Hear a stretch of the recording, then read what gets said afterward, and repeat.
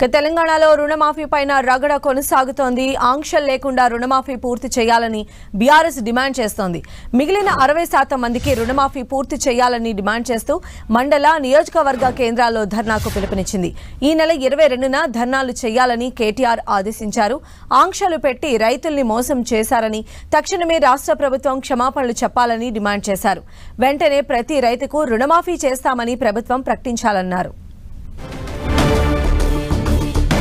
KTR comments కి సంబంధించిన additional details మా ప్రతినిధి శ్రీకాంత్ అందిస్తారు. శ్రీకాంత్, సంధ్య, రైతు రుణమాఫీపై ప్రభుత్వం చేస్తున్న అలసత్వానికి నిరసనగా బీఆర్ఎస్ పార్టీ పోరాటంలోకి దిగిందని చెప్పుకోవచ్చు. రైతులందరికీ న్యాయం చేయాలని డిమాండ్ చేస్తూ ఈ నెల 22వ తేదీన రాష్ట్ర వ్యాప్తంగా ఆందోళన చేయాలని BRS party working president KTR పిలుపునిచ్చారు. 22వ తేదీన మండల నియోజకవర్గ కేంద్రాల్లో పెద్ద ఎత్తున బీఆర్ఎస్ నేతలు ఆందోళన బాట పట్టనున్నారు. రాష్ట్ర ప్రభుత్వం ఎన్నికలకు ముందు అంటే కాంగ్రెస్ పార్టీ ఎన్నికలకు ముందు మేనిఫెస్టోలో రైతులందరికీ 2 లక్షల రుణమాఫీ అమలు చేస్తామని హామీ ఇచ్చినప్పటికీ అధికారంలోకి వచ్చిన తర్వాత అమలు చేయకుండా నిబంధనలు విధించిందని, అర్హులైన ఎంతో మంది రైతులు ఈ కారణంగా నష్టపోతున్నారని బీఆర్ఎస్ ఆరోపిస్తుంది. గత కొన్ని రోజులుగా ఇందుకు సంబంధించి పార్టీ నేతలు ఆరోపణలు చేస్తున్నా ఇటీవల కాలంలో రుణమాఫీ పూర్తయిందని ముఖ్యమంత్రి రేవంత్ రెడ్డి ప్రకటించడం, కొంతమంది మంత్రులు ఇంకా జరుగుతుందని ప్రకటిస్తున్నారని బీఆర్ఎస్ తప్పుపడుతుంది. దీనిపై స్పష్టత ఇవ్వాలని కూడా బీఆర్ఎస్ డిమాండ్ చేస్తుంది. సంధ్య, రైట్. శ్రీకాంత్,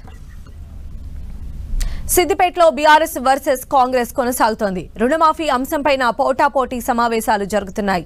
పొన్నాల శివారు నుంచి సిద్దిపేట వరకు కాంగ్రెస్ శ్రేణులు ర్యాలీ నిర్వహించారు. శివార్లో రాజీవ్ గాంధీ విగ్రహానికి పూలమాల వేసిన మైనంపల్లి హనుమంతరావు రోహిత్ తన కాన్వాయ్ ని పట్టణంలోకి తీసుకువెళ్లేందుకు ప్రయత్నించారు.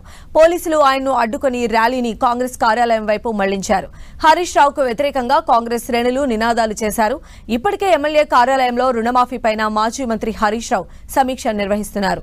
అయితే బీఆర్ఎస్ ర్యాలీ ధర్నాకు పోలీసులు పర్మిషన్ ఇవ్వలేదు. బీఆర్ఎస్ శ్రేణులను కాంగ్రెస్ కార్యాలయం నుంచి బయటకు రాకుండా పోలీసులు గేటుకు తాళం వేశారు. దీంతో వారు తీవ్ర ఆగ్రహం వ్యక్తం చేశారు.